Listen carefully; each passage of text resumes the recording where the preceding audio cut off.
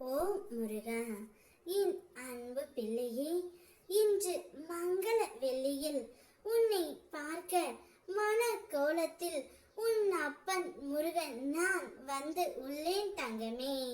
உன்னுடைய மனம் விரும்பிய நற்செய்தி ஒன்று உன்னை தேடி வர போகின்றது.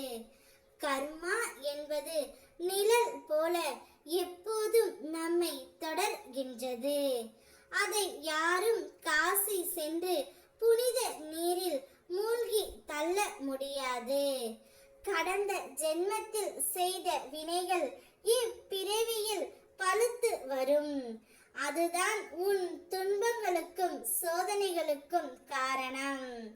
ஆனால் பயப்படாதே பிள்ளையே.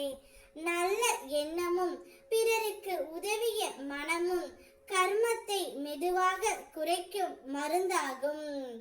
பசித்தவர்களுக்கு உணவு, சோர்வு உற்றவர்களுக்கு தண்ணீர், நடக்க முடியாதவர்களுக்கு செருப்பு, துயரம் முற்றவர்களுக்கு ஆறுதல், இவை அனைத்தும் கர்ம வினையை மெதுவாக கரைத்து விடும். தர்மம் செய்கையில் யாருக்கும் காட்டாதே. உன் மன சாட்சியே சாட்சி. நினைவில் கொள் பிள்ளையே, யாரையும் குறை கூறாதே, துரோகம் செய்யாதே. நீ செய்யும் ஒவ்வொரு செயலும் நல்ல செயலும் உன் பாதையை ஒளிர வைக்கும். இன்று நீ தாங்கிக் கொண்டு இருக்கும் அந்த நினைவு உனக்கு வலியையும் தருகின்றது. ஆனால் அதே நேரத்தில் அது உன் இதயத்திற்கு உயிராய் இருக்கின்றது. அந்த நினைவை விட சொல்ல நான் நினைக்கவில்லை. ஏனெனில் அது உன் உள்ளத்தில் அன்பின் அடையாளமாக பதிந்து இருக்கின்றது. நினைவு உன்னை சோர்வடைய வைக்காமல் உனக்கு பலமாக மாறட்டும்.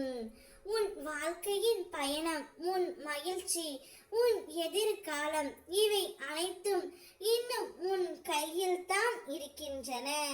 நீ எடுத்து வைக்கும் ஒவ்வொரு அடியிலும் நான் உன்னுடன் இருக்கின்றேன்.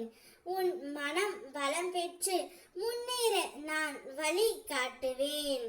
உன் மனம் விரும்பிய நற்செய்தியை உன் வீடு தேடி நான் வர செய்வேன்.